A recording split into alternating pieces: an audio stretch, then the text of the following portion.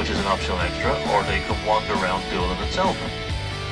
All in told, we'll be spending a bit of time above and below, and hopefully today the weather is going to improve. But just to be forewarned, it looks like it's going to be rainy and overcast. So hopefully you've got a raincoat with you, because it will get cold and damp, and it's normally a bit windy at the cliffs themselves.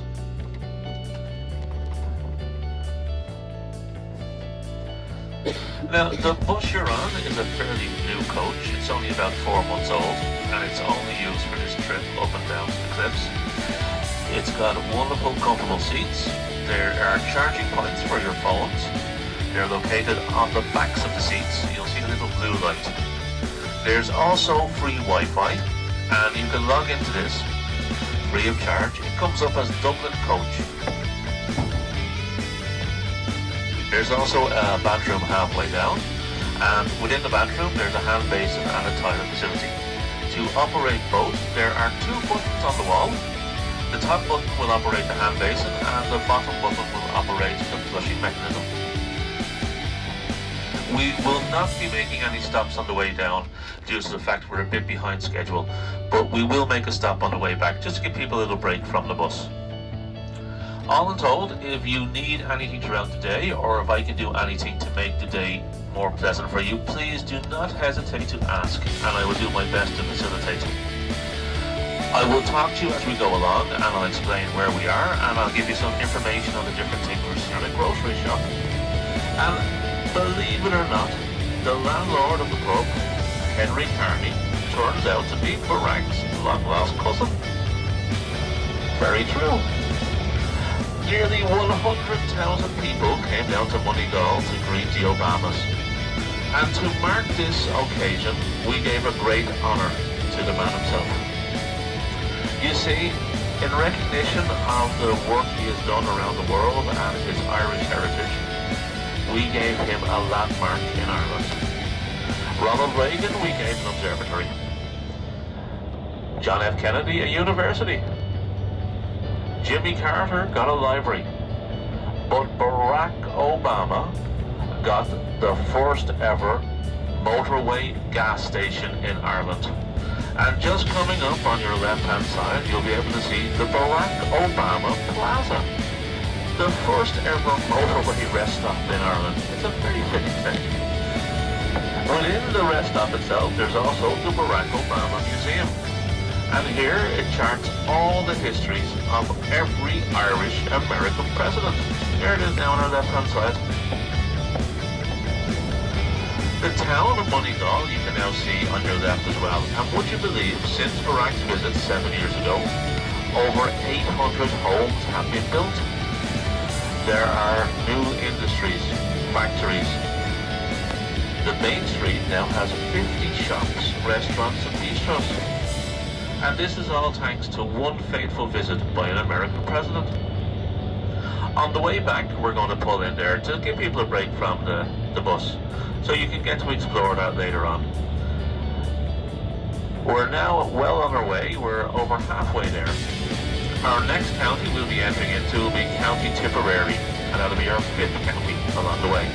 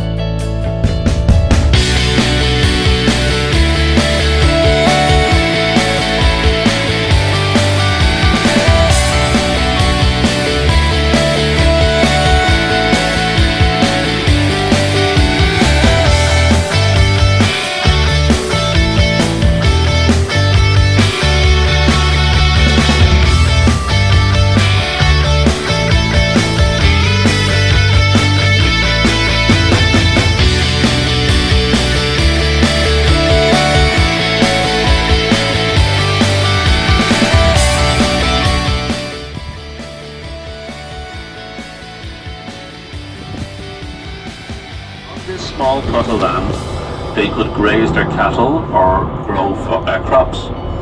They'd also build a settlement for themselves. So they had to clear the encampment and the plot of land to make way for their crops and cattle. So they moved all the flat stones and they created the boundary walls that you see either side of you. They were built purely by stacking rocks on top of each other without any sand, any cement, and in many cases they've stood for hundreds of years. This was also the traditional way of building an Irish cottage. The tenant farmer would build an accommodation for himself and his family on the plot of land he was given. To do this, he would stack up the rocks, the dry stone walls, and then he would plaster them in a mixture called wattle. And wattle is made using clay, animal dung, water and straw. This would be plastered on both the inside and outside. The roof would then be made of wood and straw, attached roof, and this would have to be changed every year. The chimney would be located in the center of the roof and there'd be one fireplace. The cottage itself would only have one room with the fireplace in the center, and this was both living and sleeping quarters. The outside would be painted with a mixture of water and lime, and after 5 or 6 coats this would make a brilliant white finish. You're going to see 2 examples of Irish cottages coming up, and the first has been in existence for 216 years this year, and is a beautiful example of the whitewashed lime walls, the dry stone walls and the thatched roof. You'll also notice that the front door, and I'll point it out on the second one, but the first one is not a traditional front door. You see, an Irish cottage would have a half door, meaning the top half and the bottom half would open independently. This is because we're very mean. We don't like spending money in Ireland. And in 1667 the government brought in a window tax, where you were charged for the amount of windows you had in your property, allowing sunlight in. And so when the tax collector would call around, the top half of the door would be closed, creating a doorway. And when he wasn't there, it was a window. This window tax gave a guide to the saying, daylight robbery. See, the Irish are responsible for an awful lot. But around here now, you can see there's 1 or 2 homes under construction. This particular area, you are not allowed to build a home unless you've been a resident in the area for 10 years or more. This meaning that people from outside the community cannot buy up and purchase the land.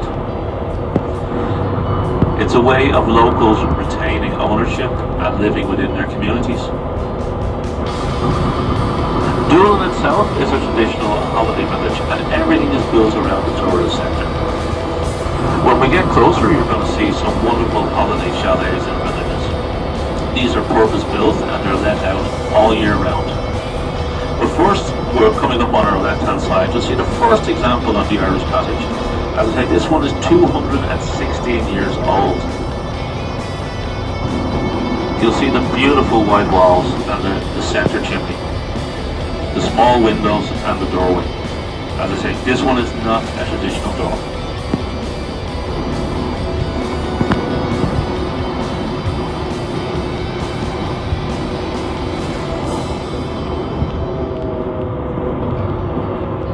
It's just beautiful when you see it like that. Can you imagine that's been selling for over 200 years? 216 years. The next one coming up is just ahead of us, and this one was built 350 years ago by a tenant farmer. And the lady that lives in it is 103. She in fact was born in the cottage and still lives in it to this very day. And it's a prime example of great community spirit. The local community look after the cottage, they thatch the roof, they whitewash the walls, and they look after Mrs. McKeever. It's a wonderful example of community coming together and helping their residents. The next cottage coming up now on your left, as I say, is 350 years old, and this one does have the traditional half door.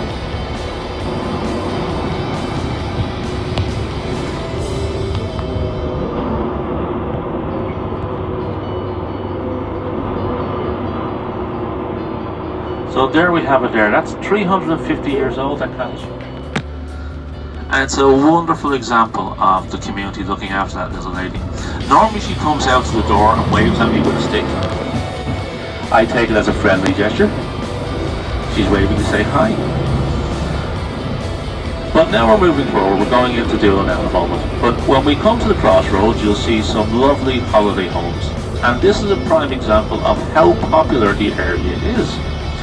The small holiday village and holiday homes you're going to see are booked out for the next 24 months. Solid. There's no vacancies. And the cost, €1,500 a week. And that is only one small section of the tourist trade. Most of the homes around are holiday homes or bed and breakfasts or hotels.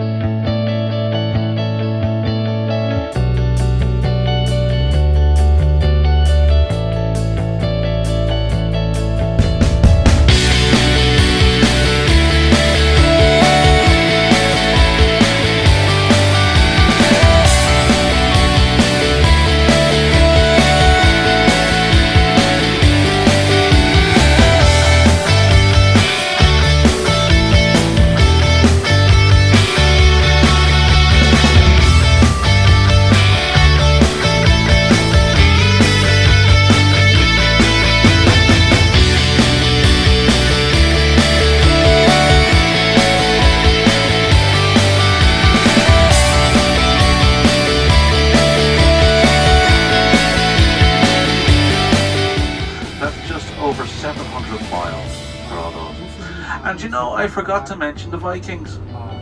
All the way from Norway down there on our left hand side. How could I forget the Vikings? So here we are, guys, at our final drop off point. Once again, thank you all very much for the pleasure of your company today, and do have a safe trip home.